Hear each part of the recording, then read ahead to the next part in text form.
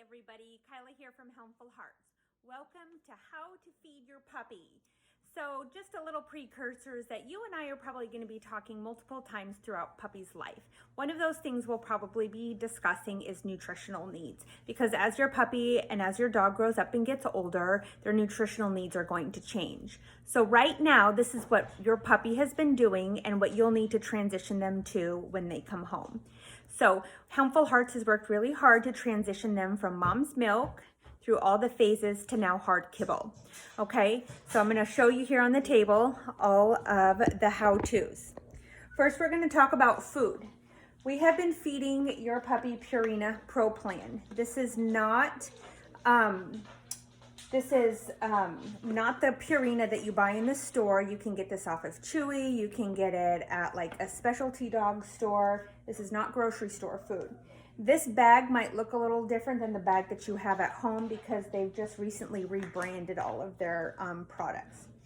So the things that you want to pay attention to is that this is puppy food. It's large breed puppy food because the protein that is in here is for a dog that is going to be over 50 pounds, which your dog will be. It is a large breed dog. So you just want to be really careful to make sure the next thing is you want to make sure is that this is chicken. Your puppy has been on chicken since he or she was born. It's really important. What causes food allergies a lot of times in puppies is switching the proteins back and forth. So try to really keep them on chicken if possible until minimum of 6 months. Okay. The next thing that we use is this Purina Pro Plan Focus. It's puppy chicken. And really, this is just like candy on top of their dry kibbles. So we just recommend just a little bit, and I'll show you in a second how much. So what you're gonna do first is you're gonna take a cup of food. Here's 1 cup. You're gonna fill this up again, dump it in. So that puppy has 2 cups of food at each meal time. Okay, so each meal time, 2 cups of dry food, and this, what we're doing now, you're gonna do 3 times a day.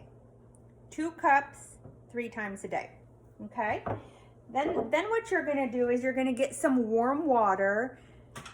You can do chicken broth if you want, warm water, and basically it just makes a gravy on top. So you can just pour a little bit of that on.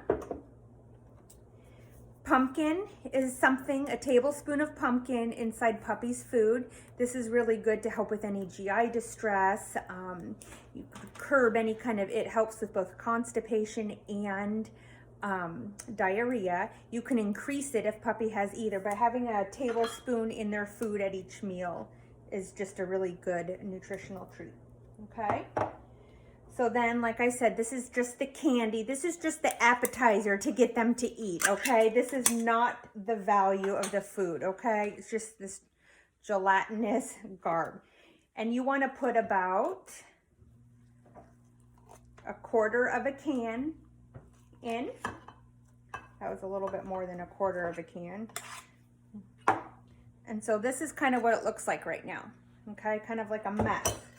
Then the next thing that's really important is this new vet. So because I have puppies here, I have mine in powder form, but you guys, puppy parents probably have the pills, which is great because you can either crush it in powder form or you can just give it to them as a treat. Your puppy needs a 1/2 tab a day until they're 25 pounds. Once they're 25 pounds, then you're gonna give them 1 full tab. I kind of use mine with my older kids like a treat, like, ooh, who wants a cookie? And then they take it like, I see Hazel just got up, and then they use a cookie. So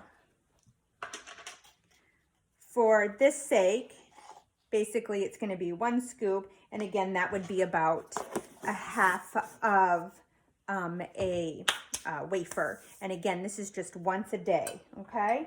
So then I had already put my water in. I'm gonna put just a little bit more. And then I'm just going to mix this up so that everything's all mixed together and they get all of the pieces. And you can see that this makes like a nice, good gravy. All right. So this is what it's gonna look like, okay?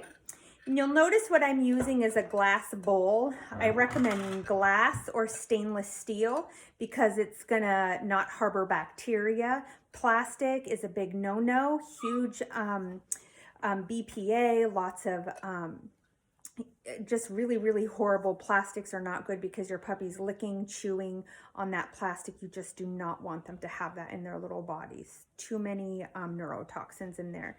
So using stainless steel or glass is the best for feeding.